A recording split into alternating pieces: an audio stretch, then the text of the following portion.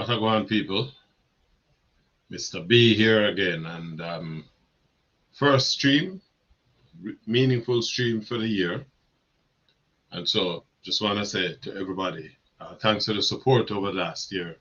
And we're going to kick this year off on a strong, positive note. Now, let me just again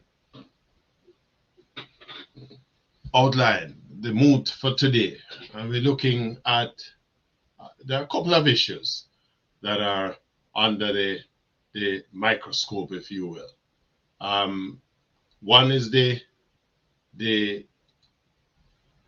Auditor Generals report that was recently published. And so it begs the question that given the level of corruption in Jamaica, is the country getting the best value from the Auditor General's office, or should there be stronger prosecutorial support? And we're going to take a look at that. And then there's another issue that I want to look at. We saw recently, in fact, it was over the weekend, the goodly police commissioner, Dr. Kevin Blake, in response to criticisms of the Jamaica Constabulary Force's use of lethal force, he issued basically lambasting the members of the public in force orders. So he basically published his thoughts, and he expressed the view that people are basically bad mouthing the police. He at no point in that diatribe spoke to the concerns that people have, and so I want people to appreciate that there's no benefit to Jamaicans anywhere for trying to tear down the police. We know, and I speaking personally, I'm well aware of the challenges that our police force have to deal with, given the level of violence that permeate the Jamaican society. But having said that, when one considers that for a country with a population of just about, and in fact our population is now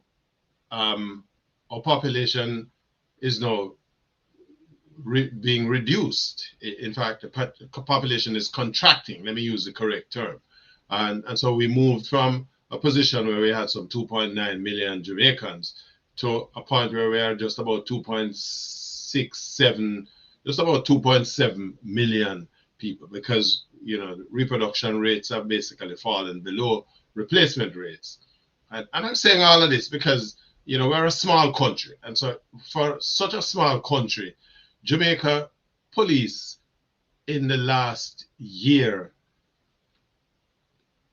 essentially eliminated a significant proportion of its male population at a rate of some 10.79 police caused deaths per 100,000 of population. When one puts the thing into that context and compares it with a country like the United States of America, where the US police kill rate for 2025 was some 1,280 Americans killed by the police, but it was 21 times the rate at which the police in Jamaica was taking the same kind of action. So our police kill rate is just about 21 times the volume or the rate of the same kind of action in the United States of America, where the police have, first of all, it's a far more armed society in terms of depths and the possession of firearms and the ease and accessibility of firearms, and a country noted for its population, its police having an antagonistic relationship with members of its population, particularly people in the black and brown community. But even in spite of all of that, the police kill rate in America was 0.006 kills per 100,000 of population. In Jamaica, it was 10.9 police kills per 100,000 of population. Very, very dangerous numbers, if you ask me. And so we want to take on those two topics. But first thing, let's talk about let's deal with the police commissioners thing, since we are on the topic already. Now, the commissioner in defense basically refused to address the issue of body-worn cameras, and until body-worn cameras are consistently show the public what the police claim to see in the fatal moments, every press statement, no matter how forcefully written, these statements are always going to ring hollow against the silence of unseen footage and the finality of Jamaican lives lost. And so, we wanna take a hard look at all of this, because as a small society, yes, let me make this clear, because I lived this throughout my years living in Jamaica, that yes, we've had a serious crime problem, and yes, the police action over the course of the last year has certainly reduced the murder rates in the country. You can't argue against that. But the question that one has to ask is this going to be the strategy, the only strategy? Because you cannot kill your way out of a problem. You cannot solve or address crime unless you address the reasons for the high crime rates. Unless you fix those reasons, all we are going to be doing is going over these same cycles over and over. And so year to date, the police has been responsible for just about another 23 to 25 more people killed by the police. And in none of these cases has the public been presented with body-worn cameras. Body-worn cameras are the footage to substantiate the police's near universal claim at all times that they were confronted. And so context matters, because it's against this backdrop of this persistent unresolved killings that the commissioner, Dr. Kevin Blake, has chosen to mount what I call a combative defense of the Jamaica Constabulary Force's body-worn camera program, not with any transparency, but with what I would refer to as rhetoric. It's almost as if he's speaking like a politician. And yes, the job that the police is doing is a hard job, but is that the only approach? Now, in the recent column published in the Constabulary Force's Force Orders, Blake dismissed the critics of the body-worn camera rollout as liars, as bad faith actors, and self-interested merchants of bad news. He basically framed the public's concern not as a legitimate demand for accountability, but as an industry of sabotage, an economy of commentary. In other words, people like me, Malik gets, right? Allegedly thriving on the police being portrayed as unreformable. My problem is, and I'm sure those of us with better grounding will agree, that this framing is not just troubling, it is downright dangerous. Now, the core issue is not whether body-worn cameras exist, were procured, or are being rolled out in phases. The issue is simple and unavoidable. Why, after hundreds of fatal police encounters, has the Jamaican public seen virtually no body-worn camera footage to independently verify the police's claims? If the infrastructure has been in place since 2023, as the commissioner insists, if 1,000 cameras were delivered and largely deployed and another 1,000 are on the way, then the absence of footage in these police-involved killings is not a technical issue, it is a credibility issue. In democratic societies, right, lethal force by the state carries the highest burden of proof. In Jamaica, it don't look like that. That thinking holds. The taking of the life of a citizen by an agent of the state is not resolved by assertion. It is resolved by evidence. So calling critics liars doesn't substitute for that evidence, right? The commissioner Stone, from his force orders, matters as much as his claims. His column does not read like the voice of an institution that is confident in its transparency. It reads like an institution under siege, defensive, irritated, and increasingly intolerant of scrutiny. When the head of the National Police Force describes critics as people who make a living by tearing down institutions, let me say this. He's not merely defending his police officers. What he's doing is delegitimizing dissent. He's basically saying that people have no right to speak out against what they are observing. And so that kind of rhetorical move has consequences, because in the first instance, it discourages journalists from asking hard questions. It also chills human rights advocacy. It signals to rank and file officers that scrutiny is hostility. And most dangerously, it reframes accountability as an attack on order itself. And so this is how excessive force becomes normalized, not through policy alone, but through language that portrays every demand as proof, or every demand for proof as subversion. And so the commissioner is also rejecting the idea that reductions in violent crimes could be linked to unlawful police conduct. He insists that arrests occur daily without lethal force and that fatal outcomes only arise when suspects present deadly challenges. But this argument collapses under its own weight.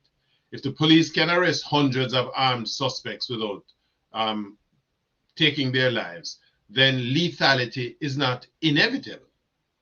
It is situational. And when lethal outcomes dominates the public record, the public has every right to ask why those situations keep ending in the demise of the victim. This is not an argument against policing. It is an argument for accountable policing.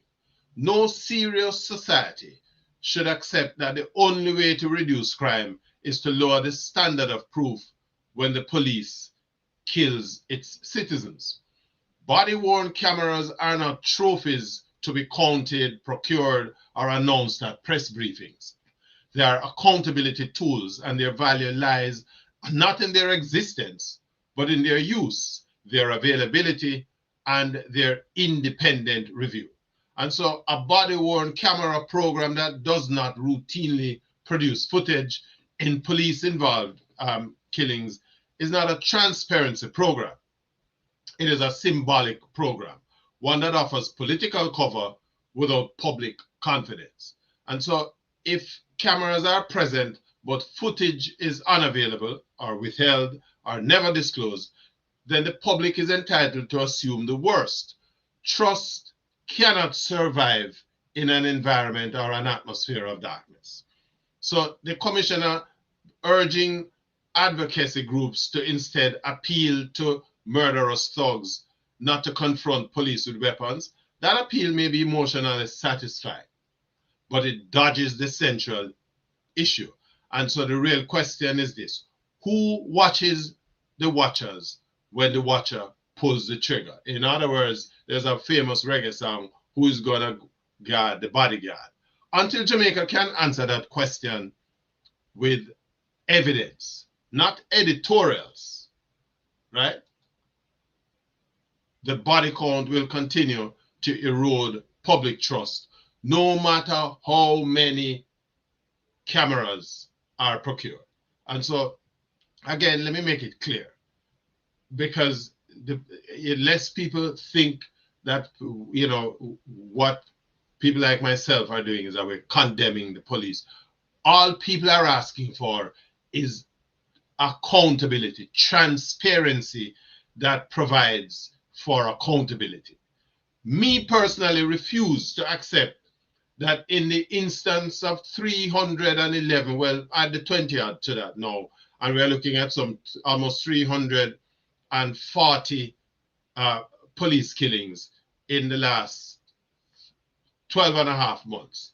And that in every single case, every single instance, the persons who basically fall away as bodies, victims, are stupid enough and mad enough, crazy enough to challenge police armed to the teeth with firearms, right?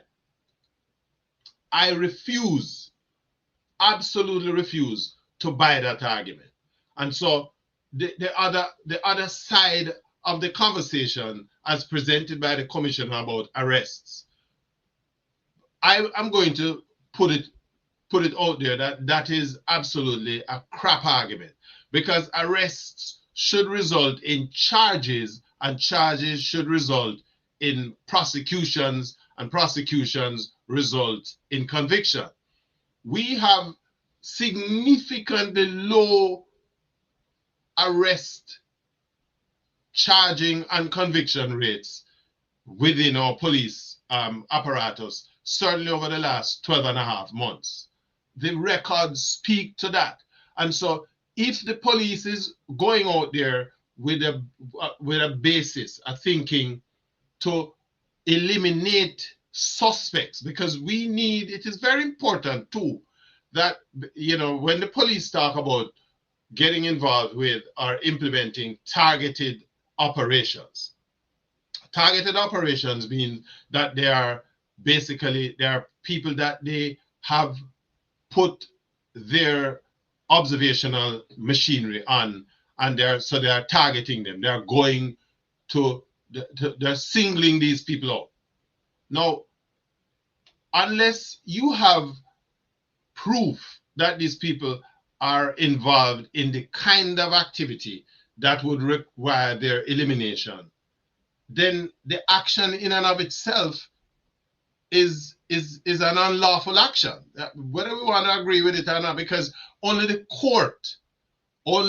the courthouse can, on conviction, determine that somebody is a criminal, right? And so to name someone because you put a label on them as a suspect and then you go out there and eliminate them, what that speaks to is an extrajudicial activity. And so, Mr. Commissioner, in as much as we're happy to see that the body count has fallen significantly, what we are saying is that can be the action going forward, or the only action, because the state must also take a look at itself in respect of what it is doing to prevent the situation of people seeing crime as the option that they have to choose, right? What are we doing with those communities in terms of putting investment in, raising up infrastructure, putting the kind of capital allocations to upgrade, infrastructure, schools, improve educational delivery, and so that the outcomes can be better, and ultimately you change the life trajectory of the recipients. Because if we're not doing that, and all we see, as one listener, listener, Chelsea Clinton says, this is the Andrew Holness strategy for fighting crime, and civil society allowed it to continue without any accountability. And I have to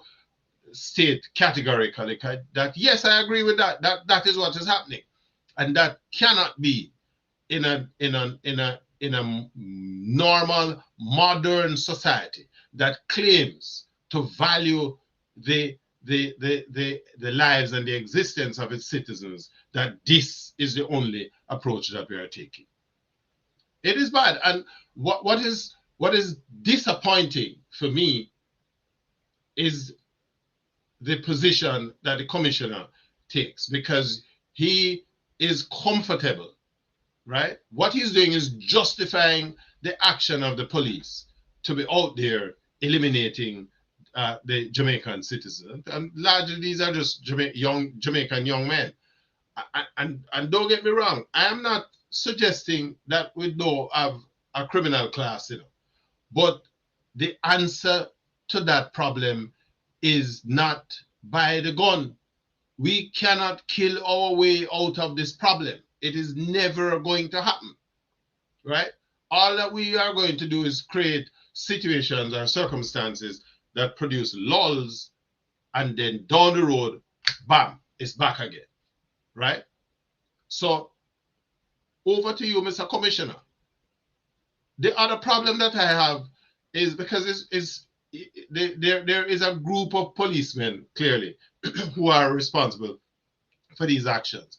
And so in a country, a small country like Jamaica, where the police has killed nearly 340 people in less than 12 and a half months, it means that a couple of those policemen are responsible for the demise of dozens of persons. And that, for those persons, if they are not being subject to psychological evaluation, for them, this kind of killing becomes a joyride, right? It becomes a habit. And so these guys don't have any intention of taking any other approaches, because the question we should ask ourselves is, are these people who are involved in these fatal shootings, are they taken off the truck and subject to some psychiatric and psychological evaluation and analysis? Because it cannot be normal for somebody to be out there and you're taking the lives of 5, 10, 15, 20 people, and you go to your bed and sleep at night as if it's just another day at the farm. What we're doing is setting up our society for an implosion, one way or the other, right? Those policemen, having gotten into the habit of taking the lives of others in their own private time, that becomes them. And so these are pointers that the public need to be aware of, right? And so while we celebrate the reduction in the criminal murders, and we hope that we can maintain and bring that down, not bring it down by the continuance of this continued elimination of quote unquote suspects, right? But because we have made the investment, we're now prepared to make the investment to upgrade these communities and to transform the circumstances under which the people in those communities live. Think about that. Think about that. And so, Mr. Commissioner, may understand that your job is not a easy, not a simple job, but that's why you are the commissioner, right? And take some of the scholarship and that you have, because you're a bright man. I mean, I'm not against you. Me just believe that this can't be the only approach, right? Yes, we have some man where you have to get rid of them. And so let us assume that we have done that, right? Let us assume that we have now accomplished that.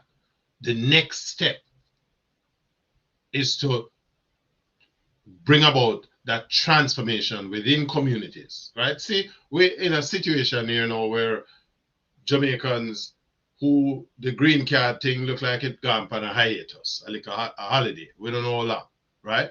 And so the question is, now that people don't have that opportunity to travel, it's an opportunity to make a bigger investment in the development of the country. And so how are we going to attend to that, right? To bring about improvements within the respective communities so that the country, right, can move in a positive direction. I know that these are not simple questions, or they're not, certainly not simple, but it is an important position for us to take a look at, because guess what? We definitely cannot continue this way. In any language, right? We can't continue like this. And so, I'm just challenging the powers that be to kind of wheel and come again. Because, as we say, this cannot be the only way that we're going to be dealing with this kind of problem, right? And so it brings me to the next topic that I wanted to look at. Corruption. The corruption thing is a problem. Jamaica's Auditor General, Mrs. Monroe Ellis, released an audit of the University Hospital of the West Indies just a little over a week ago. And so what the audit showed is that there was some $521 million worth of contracts that basically went through the hospital without documentation, to a large extent without documentation. And so we spoke to this in a direct video a little over a week ago. But right behind it comes the Ministry of Agriculture, where another $800 million, similar situation. And so it begs the question, how many more of these are out there? How many more of these instances are there where the taxpayers' money is literally going away? Because at the end of the day, this little man here, Mr. Holness, as the head of the government, should be providing some answers. And so the question that it begs is, because the Auditor General's department is always producing these findings, right? Jamaica is never short of findings. What we seem short of is consequences. And so that is why the question isn't whether the Auditor General's department is doing useful work. Excuse me. We know that they are. The harder question is whether Jamaica is getting full value from that work in a high corruption environment, such as an environment where irregularity isn't an accident. It is a business model. In Jamaica, this is where we are, right? The most recent performance audit by the University Hospital is a perfect case study in the limits of auditing without enforcement. Because while the Auditor General report showed that the university awarded 51 contracts totaling some 521 million, but couldn't provide the procurement documentation, which essentially is saying that the auditors couldn't properly determine whether the spending met the standards for transparency or provided value for money. Worse, the audit found that the university misused its tax-exempt status to import items for private companies, which contributed to revenue loss to the customs department to the tune of, well, in excess of some 23 million Jamaican dollars. And this wasn't just paperwork being untidy. The audit pointed to systemic governance breakdowns, such as failures around procurement, planning, and compliance with government procurement processes. Now, keep this in mind, right? That what this means in plain Jamaican vernacular is that hundreds of millions in public contracts where the basic proof of how suppliers were chosen cannot be produced. A public institution allegedly enabling a private entity to benefit through tax exemptions that exist to help the public, right? An audit that basically reads less like a one-off failure and more like a culture. In other words, this kind of behavior is a systemic behavior within certain government departments. And so, is Jamaica getting the best value from the Auditor General? I would say that yes, they are. The problem is that they're doing what the Auditor General is supposed to do, and that is to independently examine the public financial management and compliance and report it to Parliament.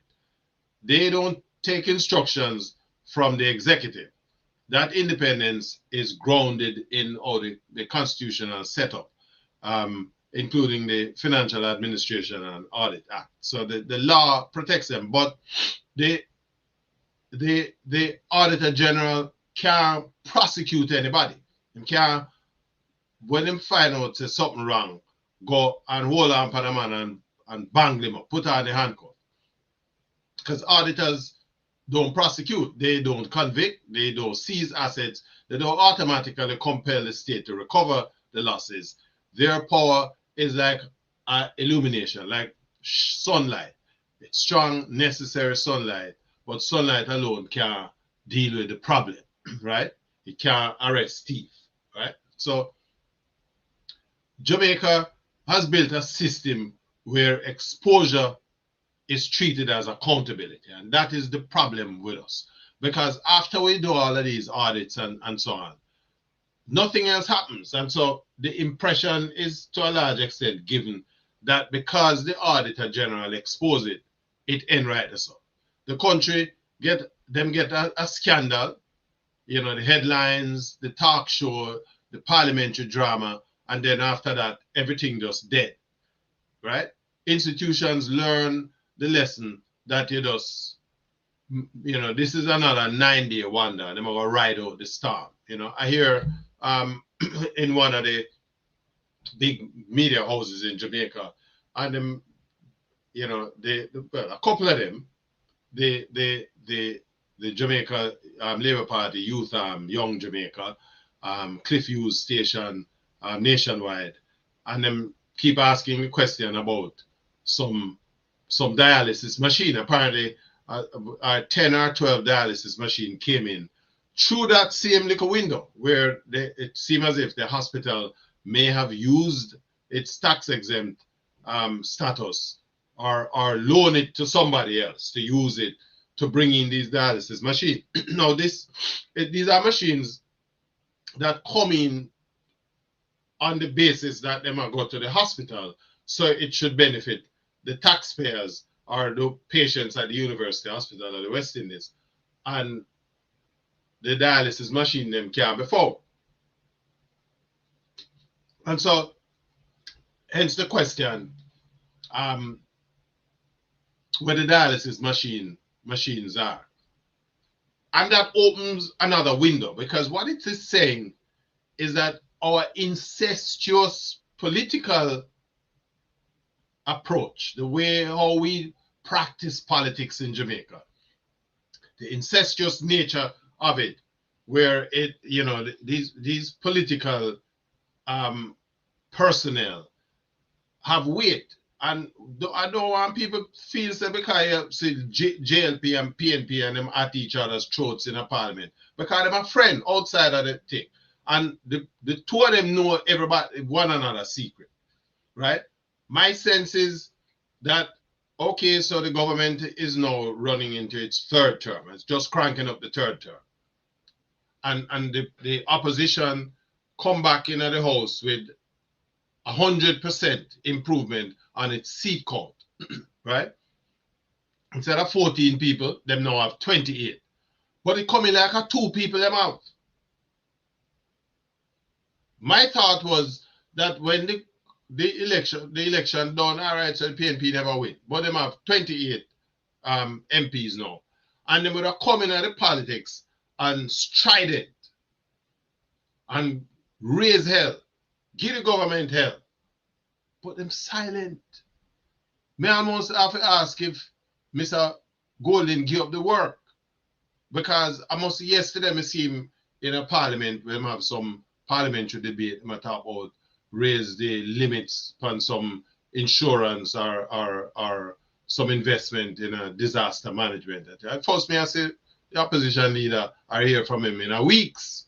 We have a hurricane, we just tear down the whole at 1/3 of the island. And the PNP silent. Nothing now go on. Right?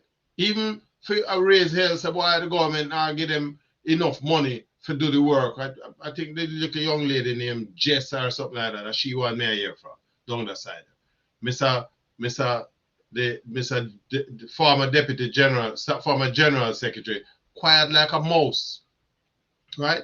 And so it kind of make you wonder, what is it that why these guys, this other side of the political framework of the country is so silent. And so if our opposition is toothless, can you imagine where the government get away with? It's almost as if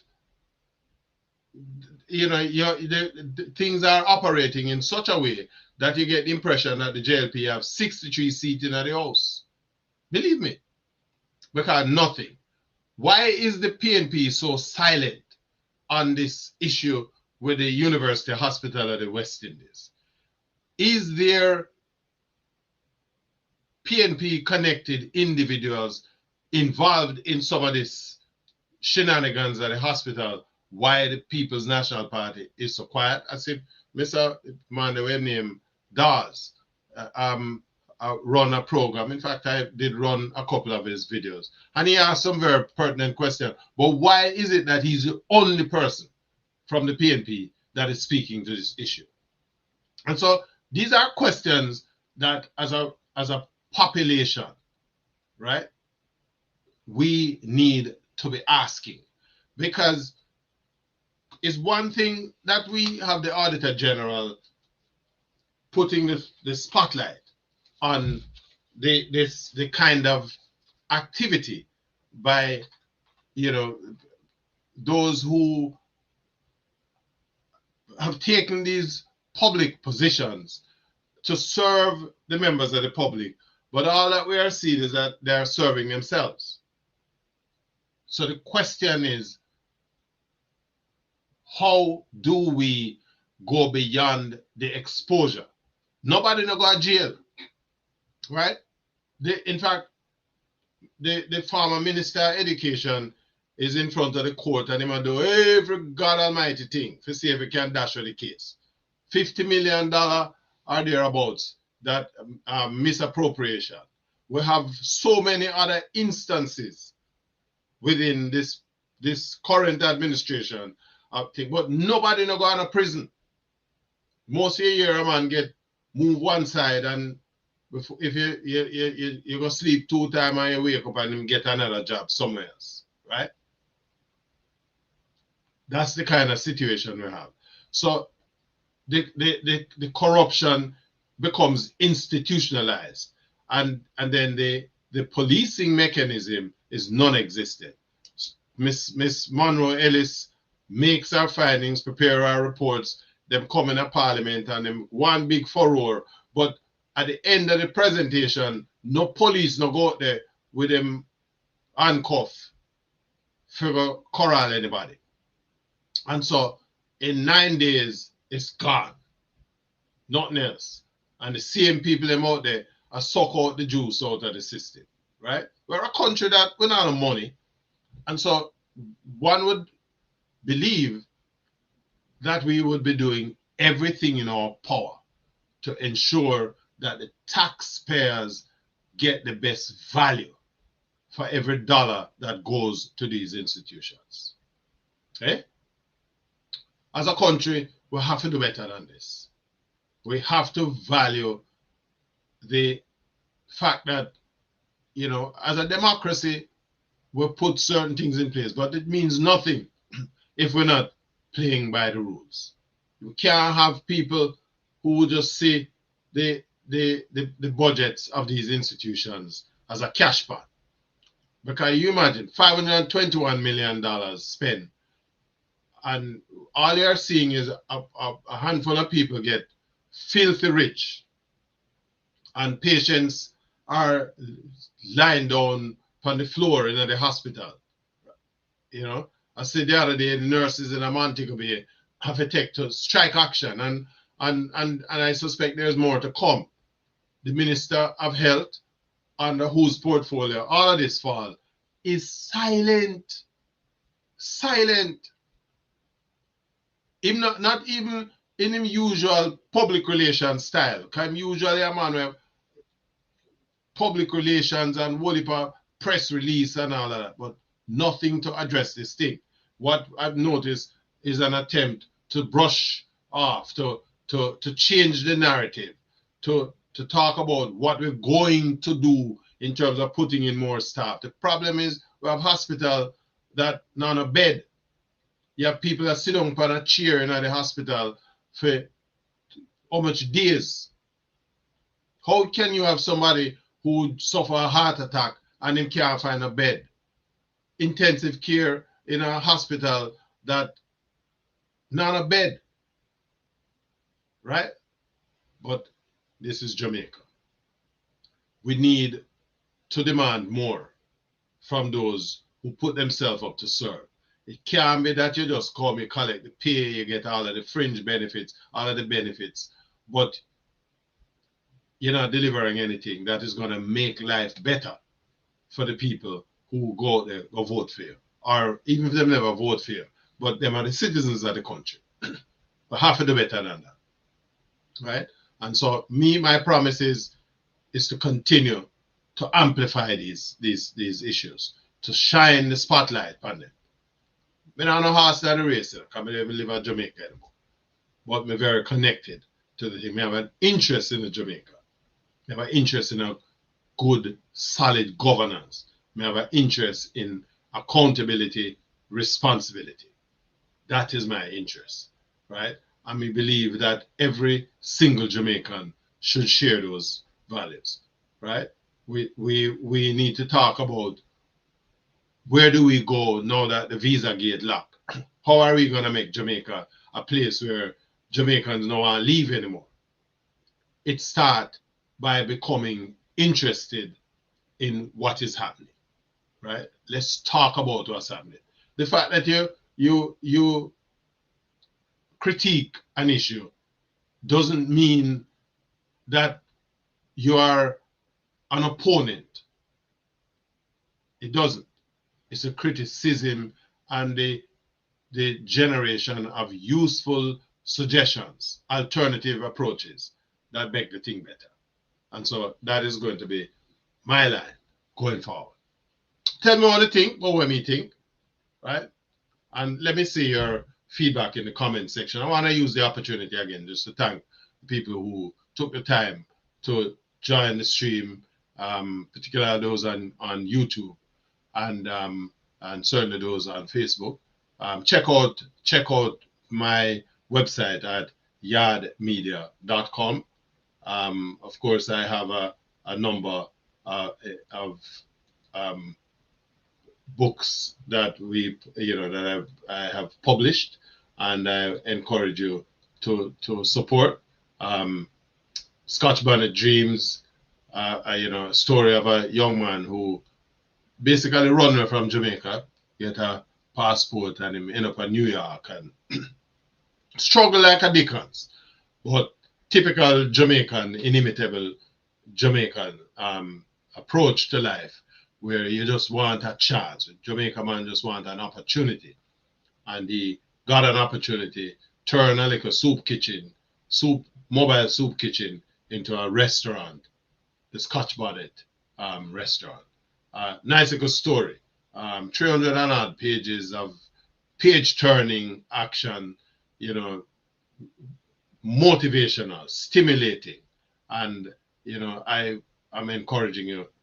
Check it out. Also, there is The Men We Became, 4 Jamaican men who migrated from Jamaica years earlier and decades earlier. And they don't know each other, but the 4 of them buck up on a cruise going a 4-stop cruise, the Bahamas, Aruba, St. Lucia, and Montego Bay.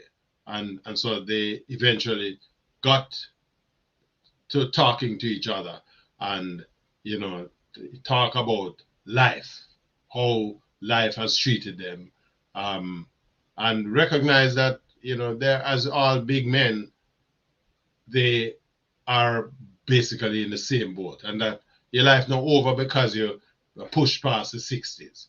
A heartwarming little story. And then, of course, there is the Sheila 2.0 Unbroken, which is a sequel to Sheila the Girl from the Lane. So check out the books on the website, and if you order on the website, I will be able to send you a signed copy, autograph copy.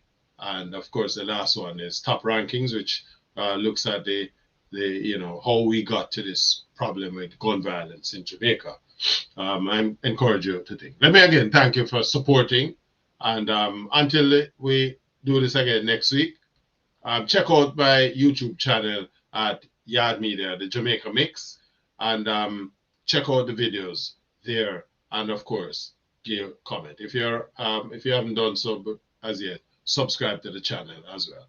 Until we do this again, I'm me, Simon, Mr. B, saying, Jah guide, see you when we see you.